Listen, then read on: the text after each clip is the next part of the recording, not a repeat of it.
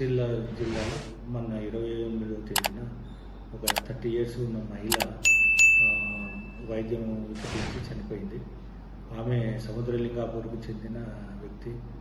అయితే వాళ్ళు ఒక ఆర్ఎంపీ దగ్గరికి జడ్జిల్ల దేవేందర్ అనే ఆర్ఎంపీ తిమ్మాపూర్ ఎల్లారెడ్డిపేట మండలం దగ్గరికి తీసుకెళ్తే అక్కడ సరైన వైద్యం లేక చనిపోయినట్లు తెలుస్తుంది.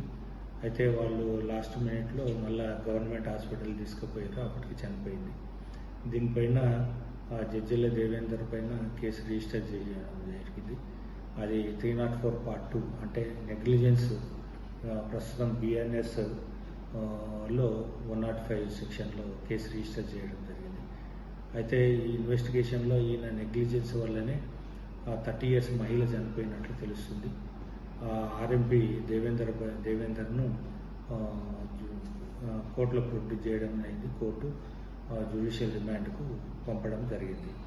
అయితే ఈ సిరిసిల్ల జిల్లా ప్రజలకు విజ్ఞప్తి ఏంటంటే, ఎవరైనా మీకు ఏదైనా వైద్యం అవసరమైతే గవర్నమెంట్ హాస్పిటల్స్కి వెళ్ళండి.